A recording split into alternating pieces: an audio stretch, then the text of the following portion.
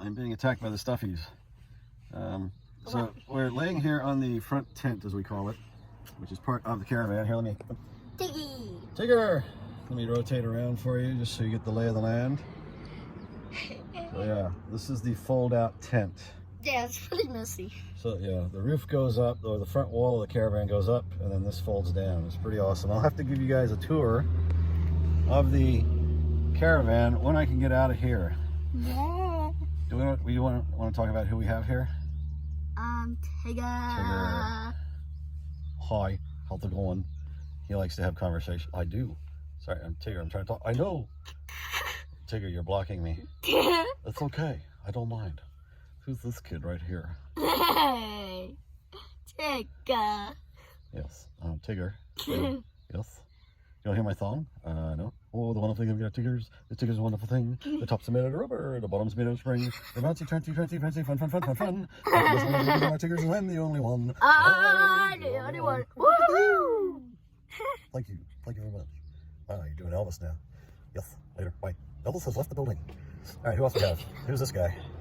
What do you call him? Goat. He's from Israel National Park System, and he's got a suction cup so you can stick him on stuff. Yeah, class. Who's this guy? Chase. Who's this guy? Kangaroo. Kangaroo, yeah, about that. And she's missing her Joey in the pouch. Yeah. Who's this guy? What? Moose from Finland. From Uncle Tony and Aunt Haiti.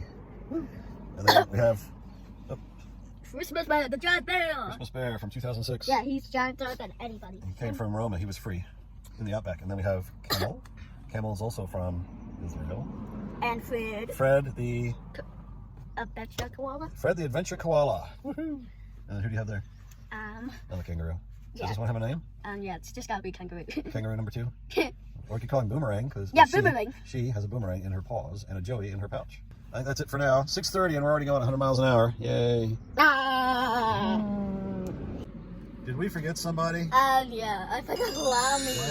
Lammy from New Zealand, from the jet boat ride. A lady gave it to me, and I love Lammy. Yeah, and he's got a life vest on. Did somebody say, no, Tigger, we didn't say anything about you, but isn't this about me? No, Tigger. Who's this guy? Him? Yeah, him. This is Lammy. Oh, okay. Who? Lammy. Who? Lammy. Tigger, this is Lammy. We forgot Tigger on our first trip. Yes, we did, didn't we? Yeah, it's not my fault. Was it his fault, Dad? No, it was his. It was his job to take you. No, Tigger. it was his. It was his place. It was his. It was your job to take me. No, it was Lammy's. You left me. No, it was Lammy's job. In the crack between the bed and the wall. It was cold and dark. Tigger! No, Lammy needed to. No. Lammy forgot to wrap. Lammy doesn't have anything to do with it. It's all your job. No, it's not. Yes, it is. No, it's not. Oh, it's not attack! It's not attack!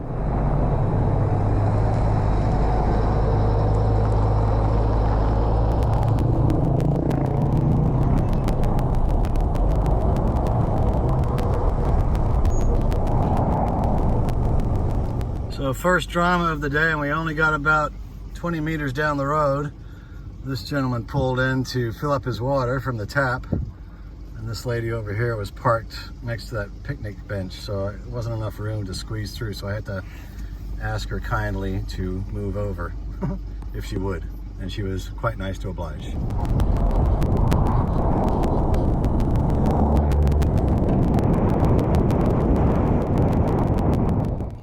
We made it another 100 meters down the road to the giant orange of Gaynda. Alright, we're inside the giant orange, and you can see there's lots of old orange crate labels, which are quite lovely. They don't seem to put the effort in these days. There's also other local murals and other stuff like the Burnett River in flood, which they now have a giant bridge going across, and then a couple of old choo-choo tracks, trestles. I saw this one earlier when I was looking online. There's talk about transforming the rail to trail. We'll have to find out if that's done. Okay, this guy is labeled Gay Dan, which is probably from the era where gay meant something else. So the giant orange had concessions, shall we say? Like Slurpees for $4. When we go to 7-Eleven and get one twice the size for $1. So you know what? I'm not into getting ripped off. So as these giant touristy things are, sometimes the prices are also very touristy. We're not tourists, we're adventurers, right? Explorers, going where no Mitten men have gone before. Yeah, that's it.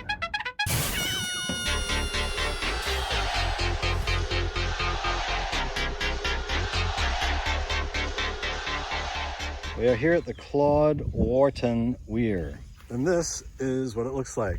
So the backed up river goes quite a ways up there.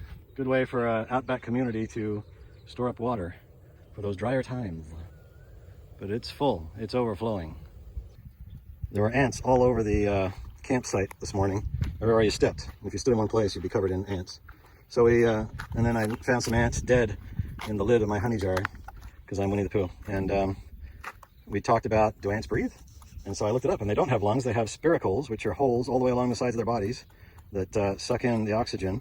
And as they move, it distributes the oxygen to every cell in their body, and they also expel carbon dioxide through the same holes. Dad, did you know if you like touch a dead tree sideways, which is kind of gray, sideways, you can get the wood off very good. See? And you can see the inside of it. Yeah, very good. Nice job, bush boy. Well, we came a few kilometers off the beaten track, but there's a problem. No caravans past this point, and you know what? I don't want to take it up there. No, thank you. But the scenery is quite nice. I love wide open spaces. So we'll see if we can keep going down the hill to the left there and reconnect with the main route.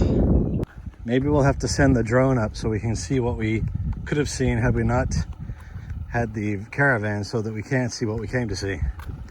See?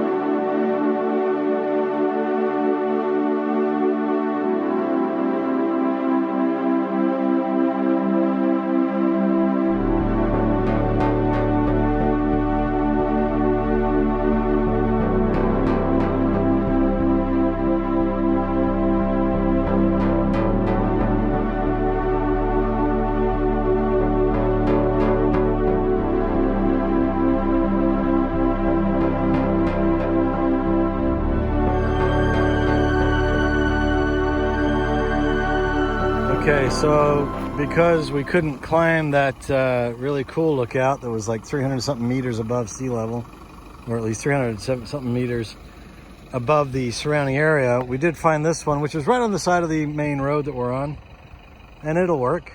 I can take this view, and it's quite nice. I love being out in the countryside with wide open spaces, and here it is. And the smell. Oh yes, the smell of the country and the horses that used to frequent this area that left their aroma for us. It's lovely. But yeah, I sure do like being out in the wide open spaces. All right, we are in Mundabera, heading our way north, and this is a weir, or a small dam. And you can see there's been quite a bit of rain in the area because it's overflowing, which is not typical in the outer parts of Queensland, but in the wet season, which we're approaching, it is.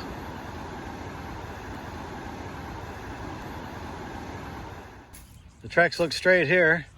Let's turn around. Whoa, what is that? That is a bend in the tracks, quite possibly because it got so hot that the tracks, remember we talked about metal expands with heat? Yeah. And there was nowhere for it to go, so it had to bend sideways. Yeah. Pretty cool, huh? Science in action, in the field. Mundabera. Mundabera. That's what I said. It looks like no trains run here anymore, and it always makes me sad when a country town loses its train service because, I don't know, it's just part of the lifeline that helped build the town. Ooh, look at this. It's like a museum. It's like a museum. Is there anybody here? Hello, is anybody here? This is cool. Look. Let's see, emerald. We are, I don't have my specs on. Let's see if we can find where we are. Emeralds, Indian, Roma, we're somewhere over here, I think. Theodore, Cameroon, Mundabera. There we are, right there. We're on the Maryborough-Bundaberg line or something like that. Maryborough-Gladstone line, or what used to be. So here's Brisbane and Southport. You can see the line used to go all the way down to Tweed Heads. My mom, back in the 40s, she used to ride down to Coolangatta and play piano at the Greenmount Guest House from Brisbane. But this is a 1961 map, and so a lot of these lines have probably closed. That's sad.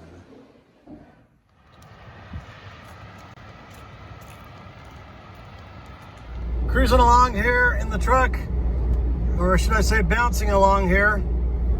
I think between the stiffness of the suspension of the truck, even though it's fairly well loaded and it usually rides smooth, and with the ball weight of the caravan sitting on the hitch, we just kind of bounce along down the highway. And these highways aren't particularly flat, so there's quite a bit of bouncing.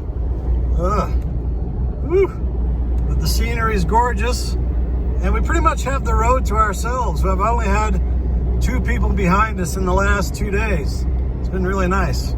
This is one of the local tourist attractions just outside of town. And so I thought we'd stop and take a video of it and pictures while we're here before we head off. Hey, you want some mulch hay? It's only $5 a bale. No, it's mulch hay. You put it on your garden maybe to stop the weeds growing, or you put it in the bottom of your chicken coop maybe, or maybe you just use it as mulch to sow into your field or garden to make the stuff grow better. You want to get some? I'm just kidding. Dad, come over here. Okay. Yeah, there's a little trailer here with all kinds of produce. We're gonna check that out. This is the pumpkin for $3.50.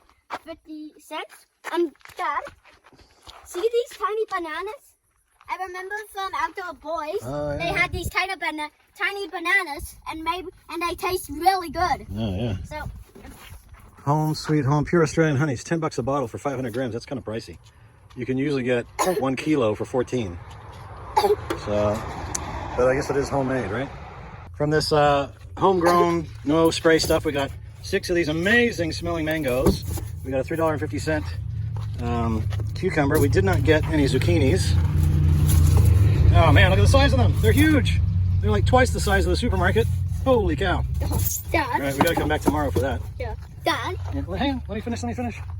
We got slices and cakes. Oh my gosh. Oh, look at that. Didn't even see that. Oh. Maybe we should have got all this stuff and just put our 50 in. Oh, Dad. We got a small bag of tomatoes. We got sweet potatoes, sweet onions, or red salad onions. We got corn relish that we haven't got yet. I got some Kingaroy roasted peanuts. The corn on the cob is gone. We ran out of money. We were going to get a giant pineapple. Yeah. I probably should have just put a 50 in and got everything that we could buy. Tomato relish, $4 for garlic. Yeah. Let's see, raw peanuts from Kingaroy. Kingaroy we were at about a year ago. Large farm eggs. Oh, they're hiding. Avocados. Yeah, okay, anyway, apples. Yeah, look at this. Home-cooked beer nuts. Oh, real apples. Yeah, we'll definitely come back. All right, so not bad for 20 bucks. Yeah. Dad, I was thinking with the mangoes, we could make mango smoothie. Oh. A mango smoothie. We need to buy a 12-volt blender then, because we don't have anything to blend it with. All this in the shade of this beautiful mural. It's kind of hard to see because the sun is setting on it, or behind it, which is what the mural depicts. Let me see if I can brighten it up a little bit. Yeah, it's a couple hours north from where we were this morning. There's this guy. I had to get this off before I could even park. But here we are, as I often say. He assured me that if a train came by, it would blow its horn and not hit us. But I don't know, I think it's awfully close.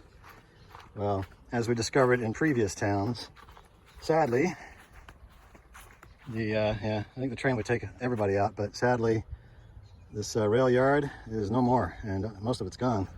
You can see the sleepers piled up over there from what used to be the local train lines, and the steel track piled up there too. And the pins and plates that used to hold everything in place. So again, makes me sad. It's a passing of time and passing of progress. And moving into other things like diesel-powered trucks that pollute the air that aren't sustainable. Anyway, I'll leave it there. We almost didn't stop here because it said you need to be fully self-contained. Primarily we are self-contained except for wastewater, which comes out that pipe right there. Now he did say if I ran a pipe into the planter here, then that counts as okay. That door right there is where the toilet cassette slides out when it gets full. And we just take it to a dump point and dump it. So anyway, I'm gonna put the roof up now and get this thing cooled down because it's quite warm inside. Walking along the footpath in Monto at sunset, going to the local school because they're having a fete, which is like a school fair. Yeah. With my personal tornado. Okay, here we are at the school fete. Oh, we got some entertainment.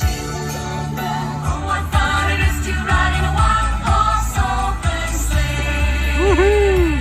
So besides all the festivities, there's a lunar eclipse going on right now. And there it is.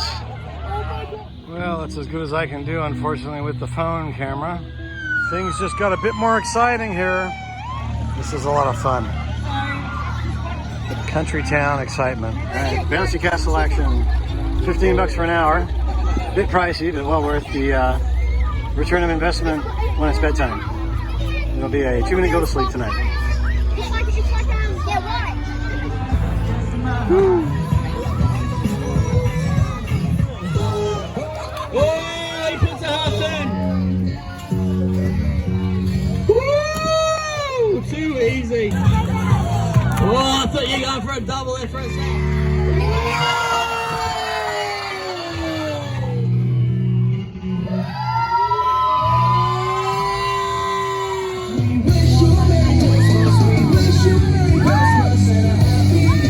So we are walking home from the school fete, which was a lot of fun. Even got a steak sandwich in the old hen that we're sharing. Walking through this little town, Monto. It's a nice little town, isn't it? Yeah. Walking through the filling station, there's nobody around. It's just kind of a unique experience. Small towns. I like small towns. I like the people in small towns. And there's especially a lot. Especially. Even that there's not many cars driving. No, we're just kind of walking across the streets here. No cars. No cars. We're Only making just a lot of people. we're making sure we're looking. It's like living in Adventures in Odyssey. Small town. And we watched the moon eclipse tonight, which was pretty cool too. Oh dear. Our campground's just to the left of this statue on the left, across from the local watering hole, which is quite noisy. Oh dear. I wonder what time they're going to go on till. Oh dear. Looking forward to a good rest.